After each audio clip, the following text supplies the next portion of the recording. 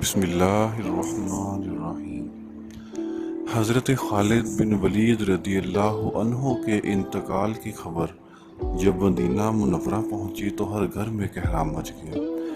جب حضرت خالد بن ولید رضی اللہ تعالیٰ عنہ کو قبر میں اتارا جا رہا تھا تو لوگوں نے یہ دیکھا کہ آپ رضی اللہ تعالیٰ عنہ کا گھوڑا اشجر جس پر بیٹھ کے آپ نے تمام جنگیں لڑیں وہ بھی آنسو بہا رہا تھا۔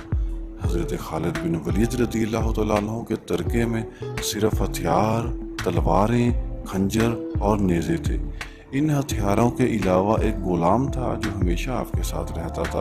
اللہ جل جلالہ کی یہ تلوار جس نے دو عظیم سلطنتوں روم اور ایران کے چراغ بجھائے، وفات کے بعد ان کے پاس کچھ بھی نہیں تھا۔ آپ رضی اللہ تعالیٰ عنہ نے جو کچھ بھی کمایا وہ اللہ جل جلالہ کی راہ میں خرچ کر دیا، ساری زندگی میدان جنگ میں گزار دی۔ صحابہ رضی اللہ تعالیٰ عنہ نے گواہی دی کہ ان کی موجودگی میں ہم نے شام اور عراق میں کوئی بھی جمعہ ایسا نہیں پڑھا جس سے پہلے ہم ایک شہر فتح نہ کر چکے ہوں، یعنی ہر دو جمعوں کے درمیانی دنوں میں ایک شہر ضرور فتح ہوتا تھا۔ بڑے بڑے جلیل القدر صحابہ کرام رضی اللہ عنہ نے حضور نبی کریم صلی اللہ علیہ وآلہ وبارک وسلم سے حضرت خالد بن ولید رضی اللہ عنہ کے روحانی تعلق کی گواہی دی ہے۔ خالد بن ولید رضی اللہ عنہ کا پیغام مسلم امت کے نام۔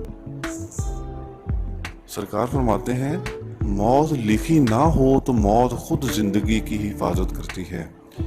موت جب مقدر ہو تو زندگی دوڑتی ہوئی موت سے لپٹ جاتی ہے۔ زندگی سے زیادہ کوئی نہیں جی سکتا اور موت سے پہلے کوئی نہیں مر سکتا۔